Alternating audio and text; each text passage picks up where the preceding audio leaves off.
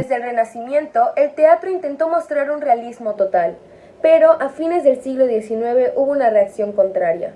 Los movimientos vanguardistas experimentaron con alternativas a la producción realista, ya que pensaban que representaban una visión superficial y limitada de la realidad, entonces se fueron más por lo espiritual e inconsciente. Otras vertientes pensaban que había perdido el contacto con sus orígenes, pero sin embargo esto ya no tenía tanto sentido en esa sociedad moderna en la que vivían. En este momento surgió un nuevo público para el teatro que demandaba temas sociales, temas distintos al melodrama que hasta ese momento había sido triunfo. Por si fuera poco, el mundo se vio sacudido por 2 guerras mundiales que obligaron a muchos dramaturgos a tomar un punto de vista más social o político en sus obras. Las teorías varían mucho según la época y el país, pero hay una regla común a todo teatro contemporáneo: se acabaron las normas del pasado. El teatro Dada básicamente rechazaba el teatro burgués y sus códigos, escapando del ideal preconcebido y hecho creer como teatro. Todo esto evidenciaba un interés con la gran ruptura que querían hacer con el pasado. Pero en la búsqueda de nuevos tipos de teatro transgresor, descubrieron un nuevo tipo de fuente artística, que es el performance.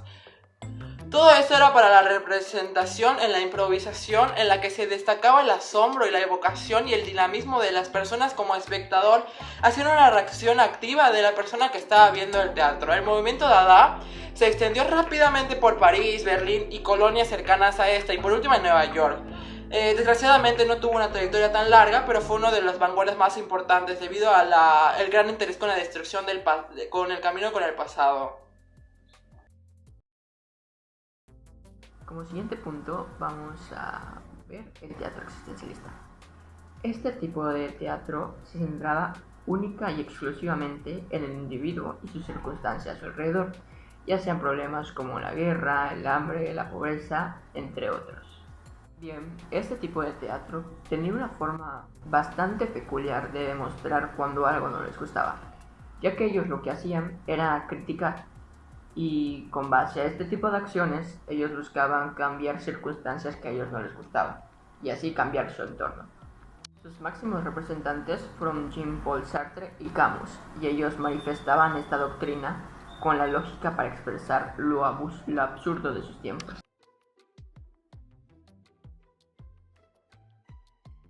El simbolismo en sí es una manifestación y fue literaria en contra del naturalismo y el realismo, y a diferencia del impacto de la poesía en esos tiempos, pues el simbolismo en el teatro fue un poco de menor importancia debido a que las personas no solían tener tanto interés en el énfasis de las fantasías y los sueños, y no tuvo gran aceptación por parte de los críticos de la época. Sin embargo, hubieron varias obras que fueron muy famosas, por ejemplo la obra de Axel.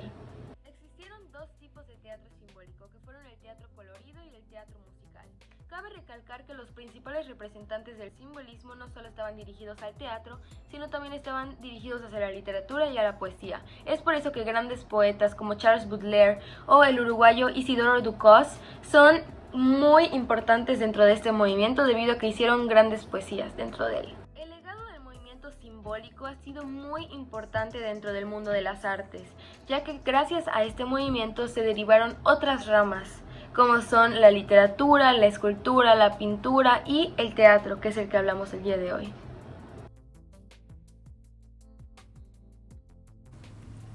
Nacido del escepticismo que se vivía en la época después de la Segunda Guerra Mundial, nace el teatro del absurdo, termino acuñado por el periodista húngaro Martin Slane.